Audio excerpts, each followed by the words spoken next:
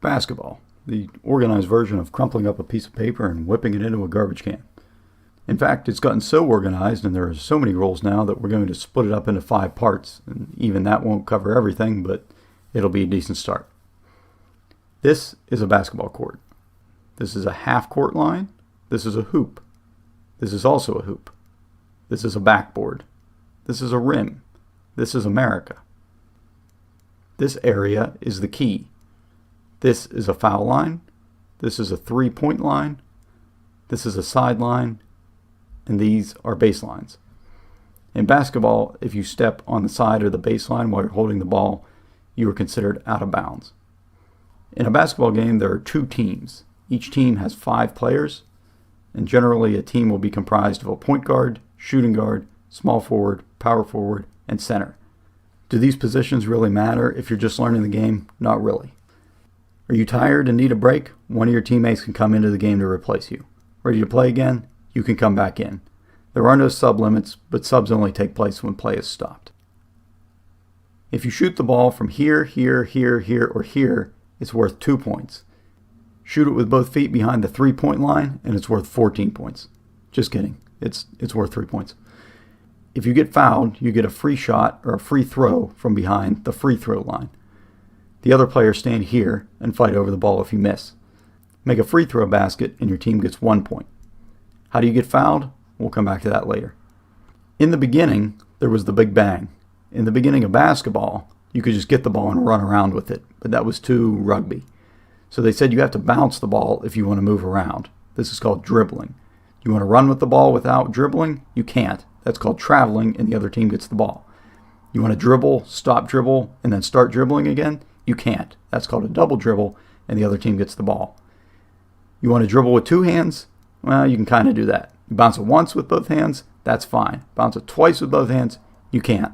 That's also called double dribble for some reason, and the other team gets the ball. Okay, so you've stopped dribbling. Either your right or your left foot must stay on the ground, but you can move the other one. The one that stays in the same spot is called your pivot foot. The only way your pivot foot can leave the ground is if you jump to shoot the ball or pass it to a teammate. Because if at any point you jump up with the ball and don't let it go before you land again, that's called up and down, and the other team gets the ball. Tired of the ball? Pass to a teammate. How can you? Lots of ways. Bounce pass? Chest pass? Overhead pass? Can you pretend to go bowling? Of course you can.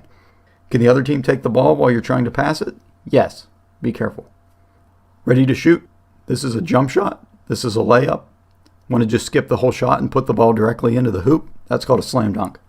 Are you defending a shot? The ball has to go up in order for that to be legal. Blocked while going up, that's a block. Blocked while going down, that's called goaltending, and the shot counts.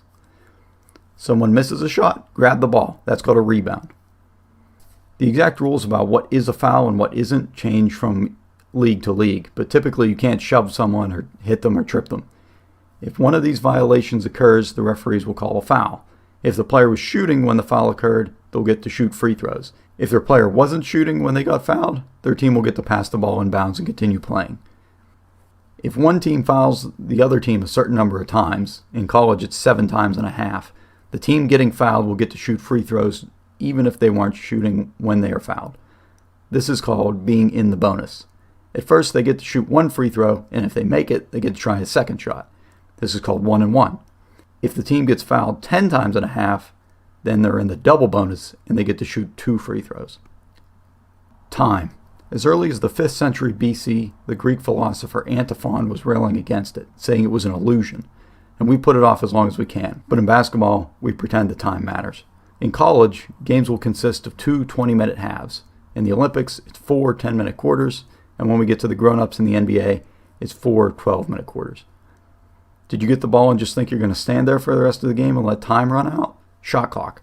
In college games, it's 30 seconds. In most other leagues, it's 24 seconds. New team gets the ball, shot clock reset. Ball is shot and hits the rim but doesn't go in the hoop, shot clock reset. Shot clock getting low and you're fouled while not shooting, shot clock reset to 14 seconds. Your team has the ball and you think you're just going to take your time running up the court?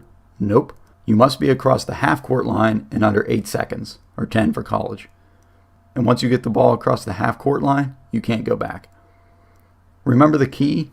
If you're on defense, you can only stand in the key for 3 seconds at a time unless you are actively guarding a player. This rule is designed specifically to prevent the defense from erecting a wacky waving inflatable arm flailing tube man in front of the hoop. Okay, our last piece of time before we return to reality.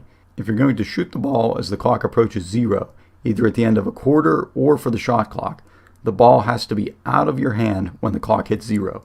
In hand, shot doesn't count. Out of hand, shot will count. So what have we learned? Basketball is played between 2 teams of 5 players who try to shoot the ball through a hoop, thus giving their team 2 or 3 points depending on where they were standing when they let the ball go. The player with the ball must constantly bounce or dribble the ball while moving, but once they stop dribbling, they have to shoot or pass the ball. A team that gets the ball has a limited amount of time to shoot the ball, as stated by the shot clock. Players who have illegal things done to them can get a free shot, worth 1 point. The team with the most points at the end of the game wins. That's basketball.